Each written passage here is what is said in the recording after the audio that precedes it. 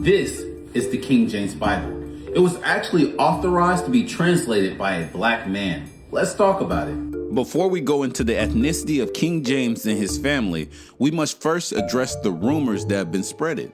King James was not a witch, he didn't practice witchcraft, he wasn't a wizard. He simply wrote a book called Demonology so you can be able to easily differentiate who's a witch and who isn't a witch. Not only that, but if you go to Preface to Reader tab, he explains on why he wrote the book. He disdains witches and witchcraft, and he even went as far as talking about getting rid of all of them. Another rumor that I hear quite frequently is King James is homosexual. This isn't true. This rumor started 25 years after his death by his rival, Anthony Welton. Pause and read. Now that that's over, let's get into it. My first source is The Royal Stuarts, a history of the family that sharpened Britain. And I quote, "He looked like a Stuart king, tall and dark." So now we know that the average Stuart king was tall and dark.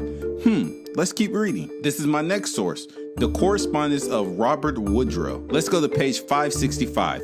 Pause and read, but I'm just going to read the bottom part.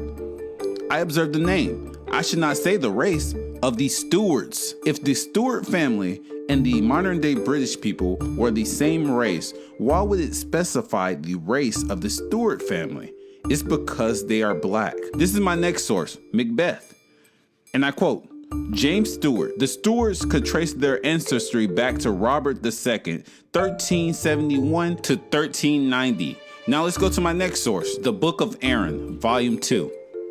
And I quote, "For one natural son of Robert II found a place in the new hereditary sheriffdom of Brute in Aaron, which was inexperienced at least by 1385, and amongst the prerequisites of the office this John Stuart, the dark complected or black, had cordials in Aaron." So Robert II is the first monarch of the Stuart family.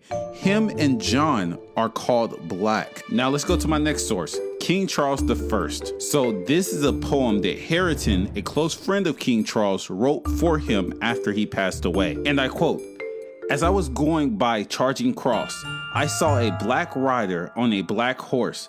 They told me it was King Charles I. Oh dear, my heart was ready to burst. Look at this coin. Look at the woolly afro hair, the round nose, the big lips. This is obviously a black man. So how did his son look?" An inquiry into the circumstances of the death of King Charles II of England. And I quote, "Charles II was, in the popular language of that day, a tall black man. He was so black that his mom named him the Black Boy, and they made a whole establishment off of his skin color called the Black Boy Inn." My next source is called Archaeologia, or miscellaneous tract relating to antiquity. Look at both of these images. After King Charles passed away, they made a display of him. That is the one on the left. The one on the right is what they replaced the one on the left. Look at how dark the one on the left is. Also look at the King Charles coin.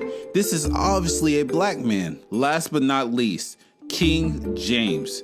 Let's go to my last source, Ancient and Modern Britons, Volume 1 by David McRitchie. And I quote, "That is the origin of this term. Dan Gelt was blackmail, equally with the tribute paid to the black Huns by the Romans. So this term was originally for black-skinned people getting tribute. The earliest instance of this term in its English form seems to be in an act of King James VI of Scotland. This was a black man,